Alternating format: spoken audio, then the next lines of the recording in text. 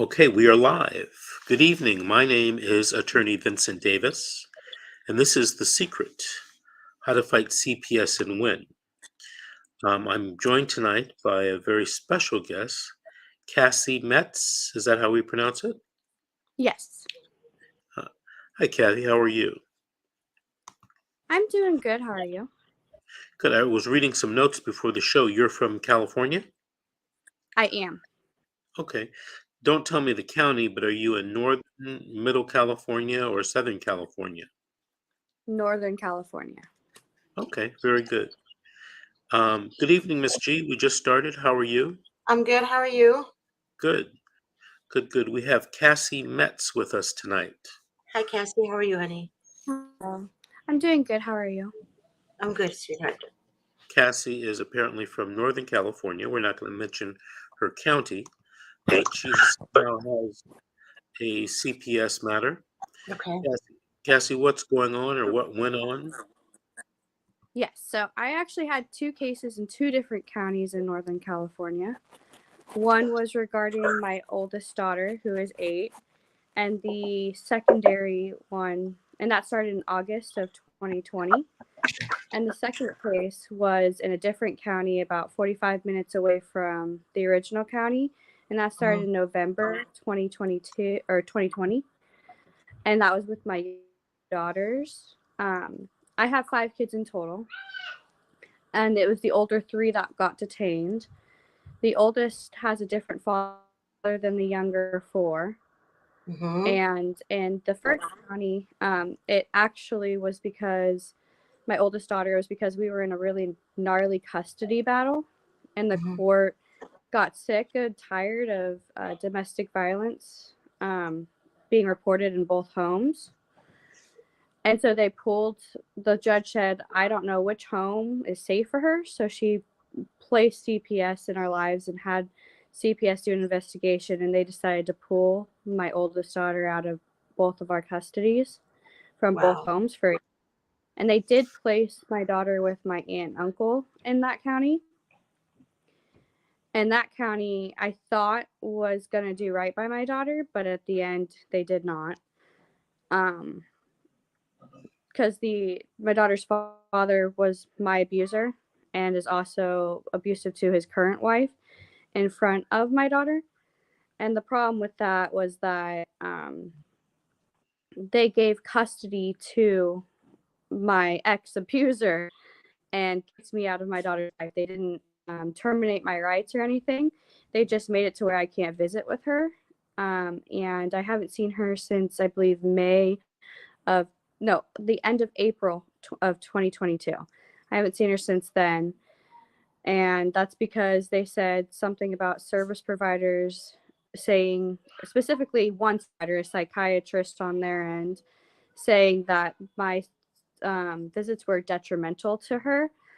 But there was proof when she was in my my aunt and uncle's custody that the entire year she was with them, visited her, me and the biological father, and she did better in their care because she was in wraparound services, therapy, tutoring. They had an in-home specialist working with her, like aides in school. She had a lot of services in place to help her adjust to everything that was going on and help her get over the past that happened in both homes of domestic violence. If I may interrupt, while we were getting help. If I may interrupt real quick, was she like this before they removed her from you? Yeah. She was exactly the same way. She hasn't changed. Can you hear me, Casey? Casey's having an internet issue. For whatever reason, she was the same. Nothing really changed. Yes. Let me see. My Wi-Fi is perfectly there. Can you guys hear me? Yes. Hear you loud and clear. Can't see you. Oh, now we can see you. Yes, we can hear you. Let me see.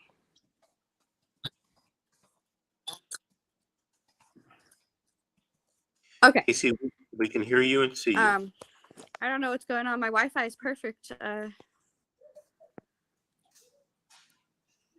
Okay, honey, Next to it. it's fine. But my Let me question see. was she behaving that way before she left your home? What was that? Was she behaving that way before she left your home, your daughter? Yeah, she left my home. She had a little bit of behavior.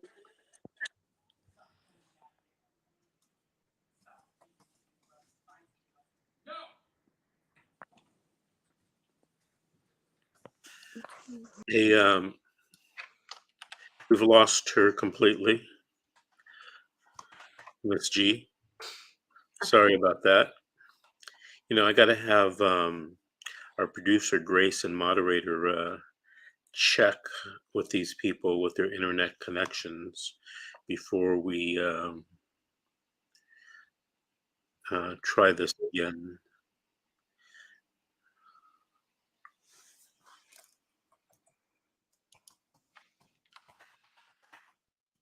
Here's Casey. Let me see if I can add her back. Hey, Casey, can you hear me? Yeah. Okay. So Miss G was Yes. asking you a question. Miss G was asking you a question. I want you to My pay Wi-Fi attention. is. Okay, honey, let's focus on the question now. Was your daughter like this before she left your home?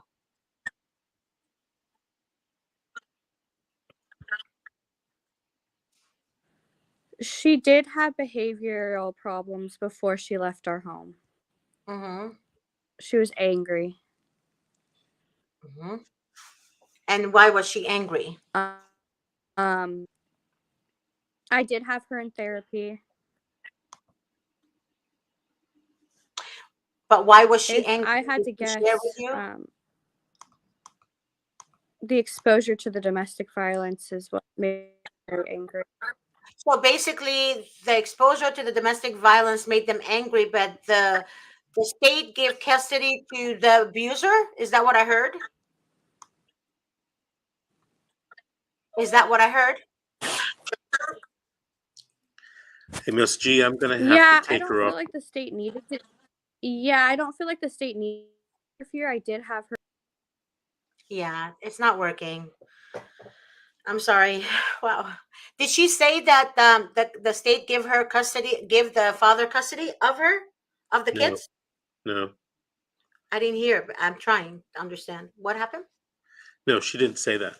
Oh, She was having so many difficulties with her audio and visual. I think it just, exploded. okay. Um, Deidre said yes, Miss G. So yes, she did say that. Yes, she did. So from my understanding, from what I heard, I hope she's listening. Or I wish I would talk to Casey. It sounds like a very interesting case. But that's what I was mentioning to you guys before. The state does give custody to the abuser. I kid you not. The state does give custody to the abusive fathers. 100%, no joke. 100 real talk. Real talk. They do give custody to the abusers. 99.99.99% time, they give custody to the abusers. And just like Casey and like every other mom out there, we women become the victims of abuse, and we women become the victim of the system. And the sad part about this shit is that for some reason, the mother is held accountable for every little fucking piece of shit the husband does. Everything. Everything. Which is really sad and disturbing, that mothers have to keep taking on that abuse, and the children are also falling into the abuse trap of the state and the counties. It's ridiculous. It's just sickening. I actually printed something to share with you guys today.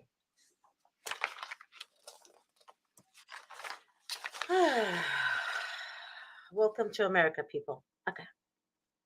In 2016, there was 400,000 kids removed nationwide. Did you guys know that? In 2000 2016, 400 children removed nationwide, while 386 of cases did here it is, did not reach a point where they could be proven guilt. They literally 386,000 cases. No proven guilt at all. It's just hearsay from an anonymous report, which is disturbing. Just imagine in 2016, over 400 kids removed nationwide. Just imagine now in 2023, how many kids in number now? Think about this. I'm thinking about over maybe 900,000 kids removed nationwide. That's what I'm assuming. I haven't done my research yet, but I will. But I wanted to compare 2016 till now. And unfortunately, I had to do the show. So, sorry, Davis. But you know what I mean. I didn't mean it like that. But I really will get you the answer. But I am doing some intensive research on CPS. And honestly, they need to come down. They need to go down. They need to go down. They need to go down. They need to be held accountable. They need to be jailed for this shit.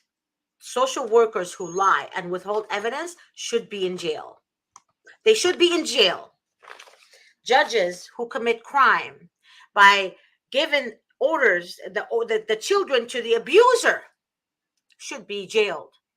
I really think our system is so corrupt and designed to destroy the people, not to protect the people. So, with that being said, we need to do something. We all need to gather together as unit. We need to be united together. We're talking about every state, every nation. I mean, every county, you name it. All states, United States needs to come out and rally. I'm not joking. Yes, I've seen rallies here and there, but not in big, huge numbers. They're not. And I've told you guys this before 1,000,000 times. 20 people rallying is not enough. 100 people is not enough. It's not enough. We need more than that. I need to see the streets full of shit. I need to see the streets full. I need to see the media everywhere reporting this shit that's going on. I mean, how much are we going to endure this? I've had so many calls today from parents who are struggling because they have to do classes. One parent lost his business because of this shit. He did all his classes, and all of a sudden, the social worker said, nope, your TPR, we're going to recommend termination of parental rights. They didn't do anything. They really didn't. You know what the allegation was from? The ex-wife, because he has a new girlfriend. So the ex-wife is jealous because he has a new girlfriend. You know what's so sad? You know, it's okay to be disappointed, maybe because you loved him at one point, but to hurt him, to hurt his family, to hurt your kids, to hurt her, who had nothing to do with it, is plain evil. It's evil. It's demonic. But what does the social workers do? Take that demonic action and implement it, right, for them to gain funding. That's all they do, is gain money. That's it. Money, money, money, money, money. So with that being said, we, the fucking people, right? We, the people that pays for their fucking salary, need to stand up together. We need to stand up together. I'm not joking, guys. You think I'm joking? I'm fed up today. I think today I'm just fed up because I have been doing this for so long, and the number of kids removed, especially before the holidays, is increasing in numbers. I kid you not. I talked to, let's see, I have a list here I made record of. I spoke to 38 people so far. I could have been more, but I had to do something for Mr. Davis. 38 people I spoke to. And all the kids were removed 2 days before New Year's. The other set of parents I spoke to, they were removed 2 days before Christmas. The kids' presents are still under the fucking tree. They're not even thinking about Christmas. They are not even thinking about New Year because they're trying to get their children out of foster home. Then the other set of parents, one of them, three sets of them got divorced because of the stress.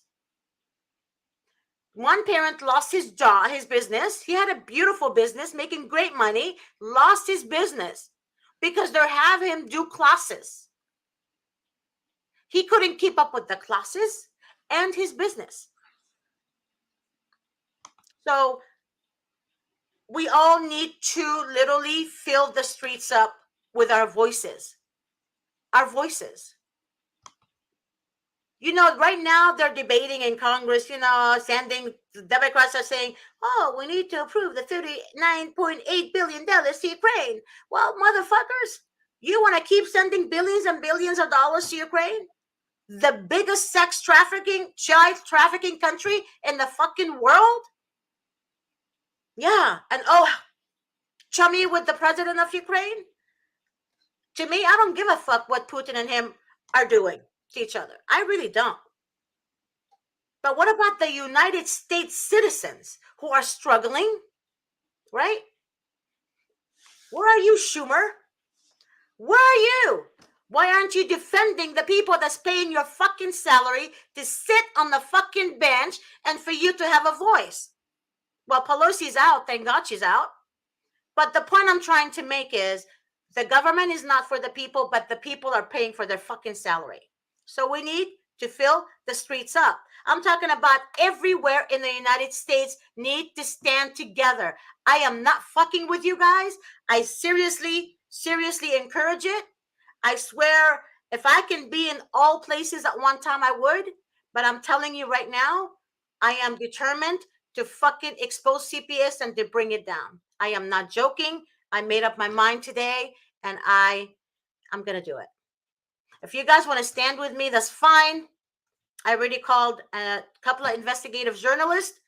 I got a hold of them today. They finally returned my call later on this evening, and I'm telling you right now, I'm going to fuck with CPS the way they're fucking with the public. They need to be exposed, and they need to be stopped. And I'm not going to stop until, I don't know how to explain it to you guys. This is a mission that's been in my mind for years. And I will expose them. And a lot of people are going to come together and with me, and we are going to do this. But I need you guys to stand together, and I need you guys to fucking get together, get your neighbors, get your family, get your everywhere in the United States. I need you guys to get together, and we have to do this. I want the media to show that the whole streets are filled with people demanding change. Whole streets everybody needs to be out. Everyone. Because the only way they're going to listen and they're going to take our word is if we are heard. We need to have a voice. Period. I have nothing else to say, but we need to have a voice. I'm really angry, especially when they remove children. I know it's painful. It's painful before the holidays. Painful.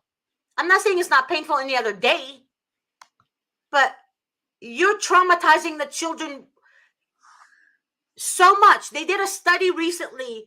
They said that when you remove a child from their mom, right? The mom, not the dad. I'm not discrediting fathers. You guys all know from my previous shows, I love my father and my mom. My dad was my hero, was my protector. My mother was my best friend, my best fucking friend.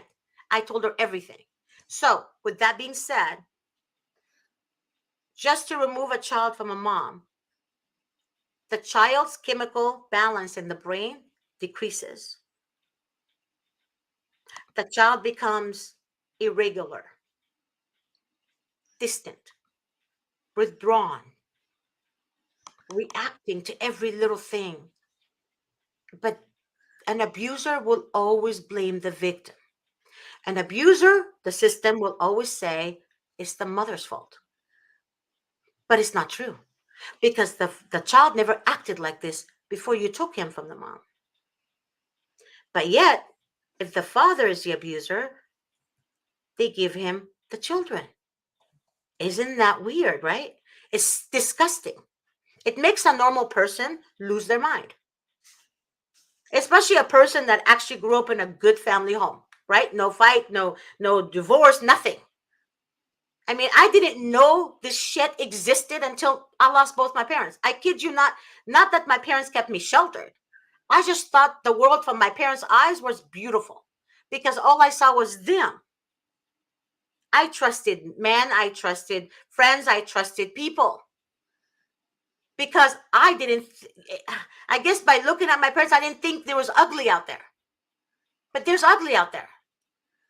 But the last thing I thought about is like, how can our government do this to us?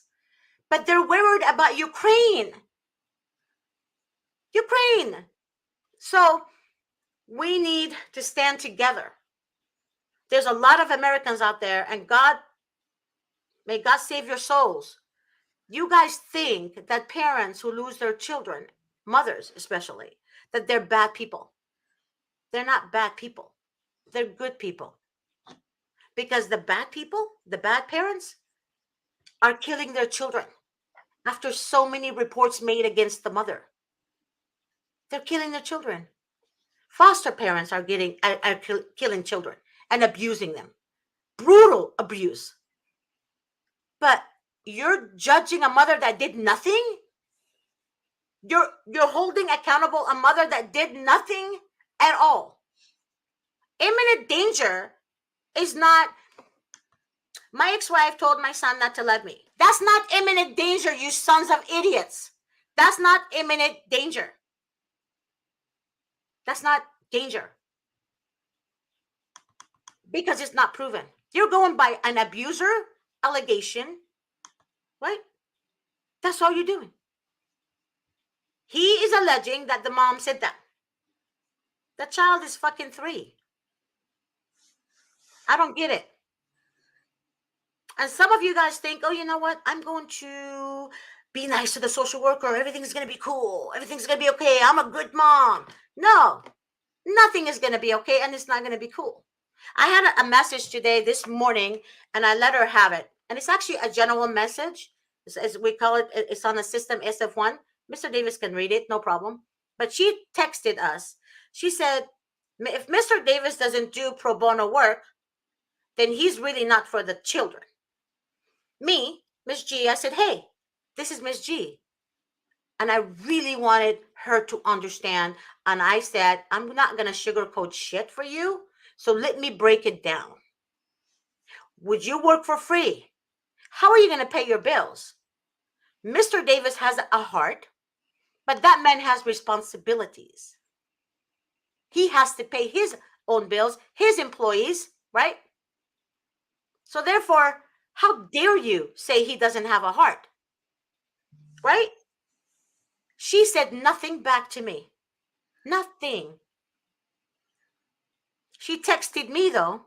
Somebody, one of her friends gave her my cell number. Her friend told her to apologize to me.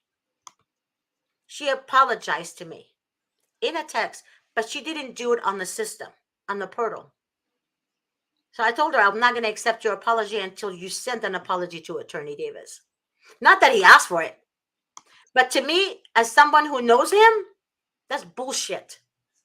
Bullshit that anybody will say something like that about this man. If you can't hire an attorney, don't fucking start talking shit about a great man. He could be a lot of things at work, but when it comes to his ethics, when it comes to his morals, he doesn't deserve that. So I'm telling you right now, I read the messages. If you think you're gonna try to manipulate us, it doesn't work that way. It does with me. It doesn't work that way. You guys are lucky that I am not actually handling your case. I know I would have been great, but I don't take bullshit talk like that. I don't take that. I don't appreciate that because You would not work for anyone for free. You guys already have your free attorneys. What are they doing for you? But just because you guys think they're free, free comes with a price. They get paid by the state. They don't get paid by you. They get paid by the state. We don't get paid by the state. We get paid when we offer services. We don't just sit on our desks, right? And then wait. And then wait to get paid. No, we have to actually get up and actually work on your case and do research and actually call you.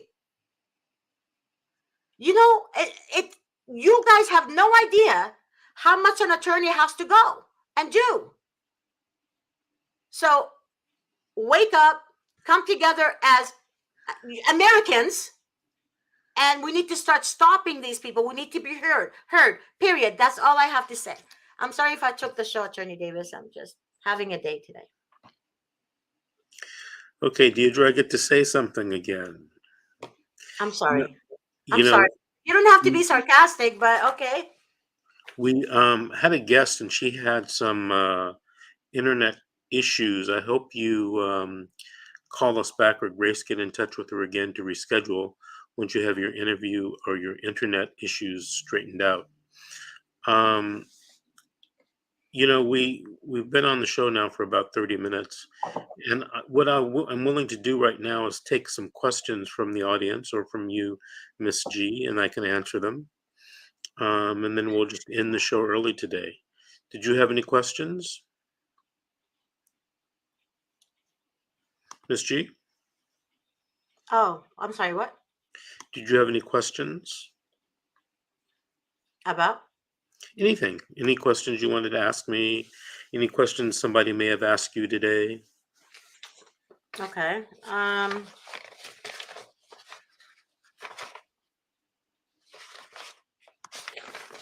Yes.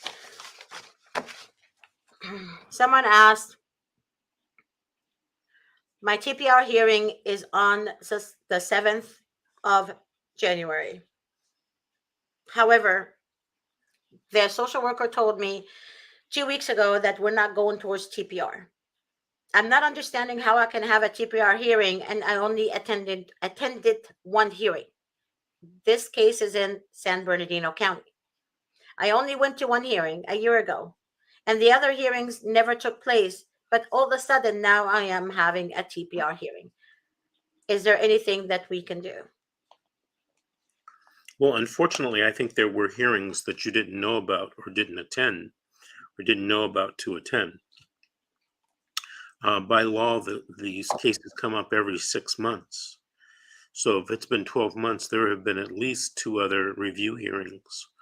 And if you're moving to a TPR, you're going to have to talk to your attorney as soon as possible, because TPR means termination of parental rights. And if you don't come up with a plan, you are going to lose your parental rights. Now, I know Ms. G said something about the social worker saying you're not moving towards a termination of parental rights. I don't know what that means, because that's the only reason to have the TPR hearing. No. She's saying that the social worker told her a couple of weeks ago or a week ago that they're not going to terminate her parental rights. They're not recommending that. Oh, is it true? No, because she found out a couple of days ago that she has a TPR hearing next week. On the 7th or the 9th, So she better on talk. the 9th, on Monday. She better talk to her attorney as soon as possible. Her attorney told her there's nothing he can do. She better get another attorney. 42 USC 1983 post on YouTube. What authority do parents have when using the CPS reports without any social workers? I'm not sure what that means. You have any idea, Miss G? I'm sorry, I don't have any idea. 42 USC, clarify that question for me. I think it's a good question, but clarify for me. Okay, Teresa says, what constitutes a representative that is insufficient enough to appeal, and why was I unable to present my evidence of innocence?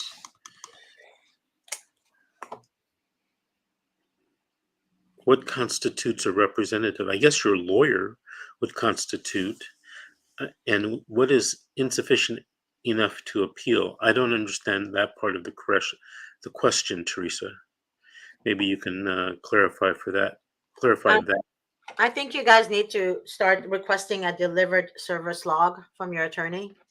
A delivered service log is a journal that the social workers keep every day for all cases. So they're supposed to have one. So I want you guys to start thinking about getting copies of that.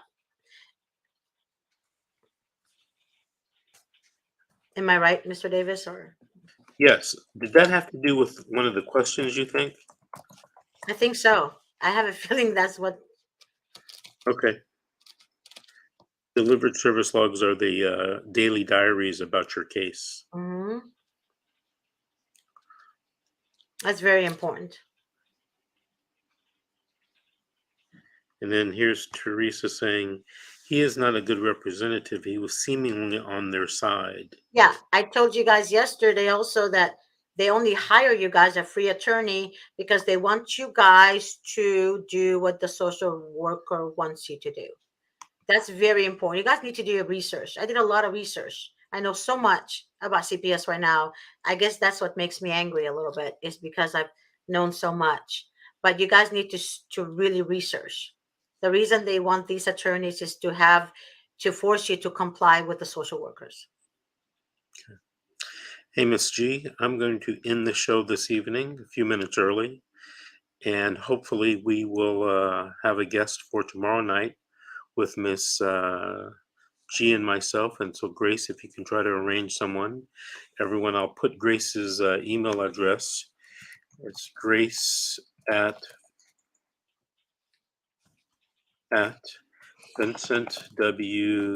vincentwdavis.com.